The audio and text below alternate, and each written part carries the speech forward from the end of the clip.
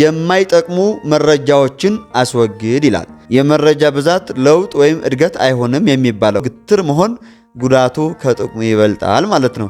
እምቢ ማለት ልመዱ ነው። 9ኛው እሺ ያልናቸው ጉዳዮች በሙሉ እምቢ መሆናቸው አይቀርም። ራሳችን መሸለም አለብን።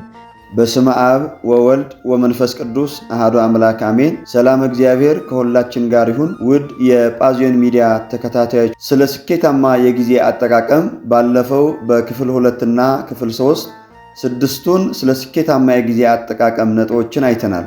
አሁን ደግሞ በአራተኛው ክፍል 4ቱን ስለ ስኬታማ የጊዜ አጠቃቀም ዋና ዋና ነጥቦችን እናያለን።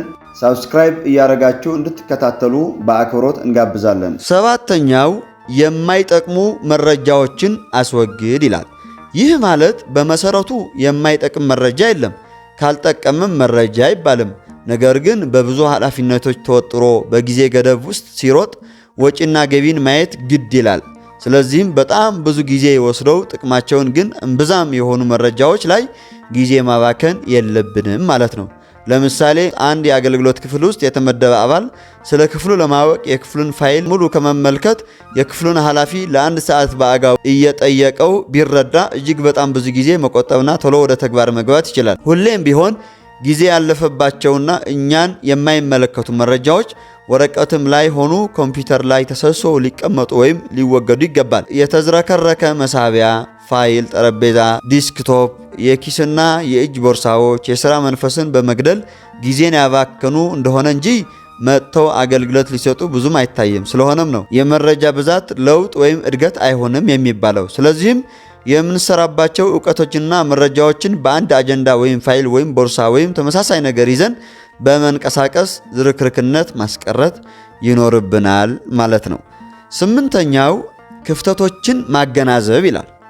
ይህ በጣም የሚገርመው ስለ ጊዜ አጠቃቀም አውቀን ወደ ተግባር ስንገባ ቀላል አይሆንም። አንድ መርሃ ግብር አውጥቶ በሱ ካልተመራሁ ብሎ ግትር መሆን ጉዳቱ ከጥቅሙ ይበልጣል ማለት ነው። ለሚኖሩ መጓተቶች በራሳችን መርሃ ግብር ውስጥ ተገቢውን ቦታ መስጠት ይገባል ማለት ነው። ይህም በጊዜ ውስጥ ለክፍተቶች መጓተቶች የሚሰጥ አበል ይባላል። ነገር ግን ሊፈጠሩ የሚችሉ መጓተቶች በቂ አበል መድበን ስናበቃ ግን ከግባችን ወይም መርሃ ግብራችን የሚያወጡን አዝማሚያዎች ከመጡ የሚከተለውን የጊዜ አጠቃቀም ነጥብ ልብ ማለት ይኖርብናል ማለት ነው። ይህ ደግሞ እምቢ ማለት ልመዱ ነው። 9ኛው እምቢ ማለት ልመዱ ማለት እምቢ ብዙ ጊዜ በሰዎች ላይ የሚፈጥረው ትርጉም አሉታዊ ቢሆንም በጊዜ አጠቃቀም ግን በአግባቡ በትህትና ከተጠቀምንበት ከአሉታዊ ጎኑ ይልቅ አዎንታዊ ጎኑ ያመዝናል። ይህም ሰዎች የኛን በእቅድና በጊዜ መመራት ቢዘገዩም ማድነቃቸው አይቀርምና ነው። ስለዚህም ከእቅዳችን የሚያስወጡ ጉዳዮች ወይም ግለሰቦች እምቢ ማለቱን መልመድ ይኖርብናል ማለት ነው።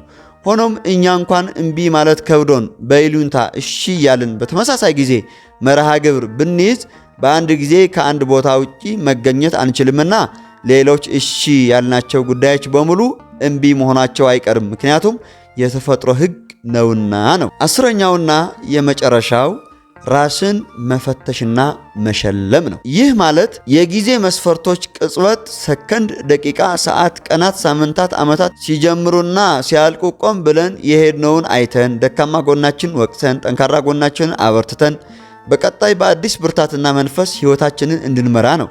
ስለዚህ ራሳችን ወደዚህ ልምድ ለማምጣት የቀን ውሎ የመጻፍ ልምድ ልናዳብር ይገባል ማለት ነው። ይህ ለድክመታችንና ለጥንካሬያችን አቃቤ ሕግ ሆኖ በድክመታችን ከህሊናችን ሲያጣላን፣ በጥንካሬያችን ደግሞ ለራሳችን ያለንን ግምት ከፍ እንድናደርግና የበለጠ እንድንበረታ ያደርገናል ማለት ነው። ጥሩ ስንሄድም ራሳችን መሸለም አለብን። ይህም ቁሳዊ ወይም መንፈሳዊ ሊሆን ይችላል። ልብስ፣ መጻሕፍት ወዘተ ከቁሳዊ ሊመደቡ የሚችሉ ሲሆን ሱባኤ፣ ጉዞ ወዘተ ደግሞ ከመንፈሳዊ ሽልማቶች ናቸው።